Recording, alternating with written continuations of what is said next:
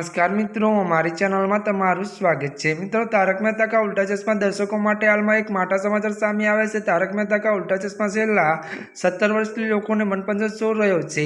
તેના દરેક પાત્ર આજે દરેક લોકોના મન પર છવાઈ ગયા છે। સોશિયલ મીડિયા પર આ શોનું મજબૂત ફેન ફોલોઈંગ છે। જો કે દરેક ત્યારે મિત્રો દર્શકોને દરેક પાત્ર ખૂબ જ જોડાયેલા છે। પછી ભલે તે જેઠાલાલ ભીડે વચ્ચેની મજાક હોય કે પોપટલાલ હોય કે પછી અન્ય કોઈ પણ હોય, સિરિયલ એપિસોડમાં ચાહકો ઘરમાં ત્યારે હાસ્યનો ઓવરડોઝ છે।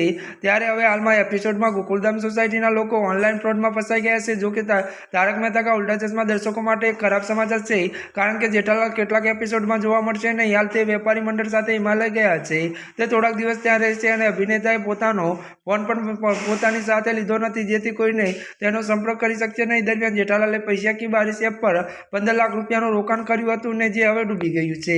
તારક મહેતા કા ઉલ્ટા ચશ્મા તાજેતરના એપિસોડ ખૂબ જ રસપ્રદ બન્યા છે, કારણ કે ગોકુલધામ સોસાયટીના લોકો પૈસાની કી બારિશ એપ પર પૈસાનું રોકાણ કર્યું હતું, જેના કારણે તે શરૂઆતમાં સારું વળતર મળ્યું। જો કે પછી એક સ્કીમ કહેવામાં આવી જેમાં પૈસા એક સાથે બમણા થઈ ગયા અને ભીડેને લઈને ત્યારે તારક મહેતા ત્યારે મિત્રો સોઢી અય્યર અને અબ્દુલ તેના પર લાખો રૂપિયાનું રોકાણ। જો કે બીજા દિવસે બધાએ એપ ખોલી ત્યાં તો ગાયબ થઈ ગયા અને ઓનલાઈન અને ત્યારે મિત્રો લાખો રૂપિયાની છેતરપિંડી થઈ ગઈ। ત્યારે મિત્રો આજના માટે આટલું જ। અમારી ચેનલમાં નવા હોય તો અમારી ચેનલને લાઈક, શેર અને સબસ્ક્રાઈબ કરી દેજો। ધન્યવાદ।